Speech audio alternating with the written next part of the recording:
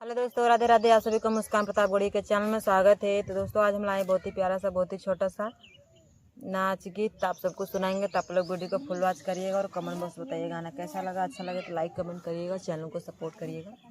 चलिए चलते हैं वीडियो की तरफ, गाने की तरफ। राजा हमरा कहल तू माना करा, सैया हमरा कहल तू माना करा।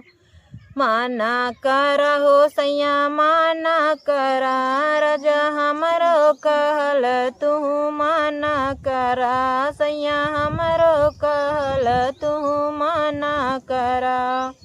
घर के भोजन तो मन हो न भावे, घर के भोजन तो मन हो न भावे, मन हो न भावई हो, मन हो न भावे, मन हो न भावई हो, मन हो न भावई। राजा लिट्टी चोखा लगवल करा, राजा लिट्टी चोखा लगवल करा। राजा हमरो कहल तू माना करा, राजा हमरो कहल तू माना करा।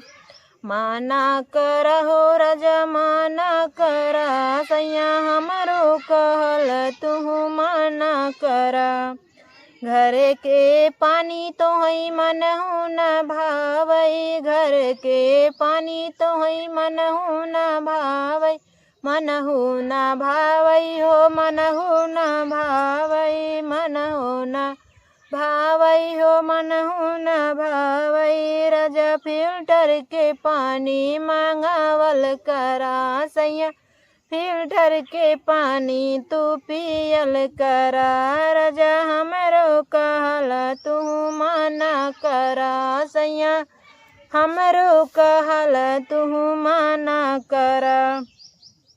खटिया पलंग पे तो है निदिया नाया वही, खटिया पलंग पे तो है निदिया नाया वही, निदिया नाया वही हो, निदिया नाया वही, निदिया नाया वही हो, निदिया नाया वही। सैया सोफा यौ गद्दा मांगावल करा, सैया सोफा यौ गद्दा बिछावल करा। या सोफा यौ गद्दा पे सोवल करा, राजा हमरो कहल तू माना करा, रसैया हमरो कहल तू माना करा। घर के सोपाड़ी तो मन हो न भावई, मन हो न भावई हो, मन हो न भावई।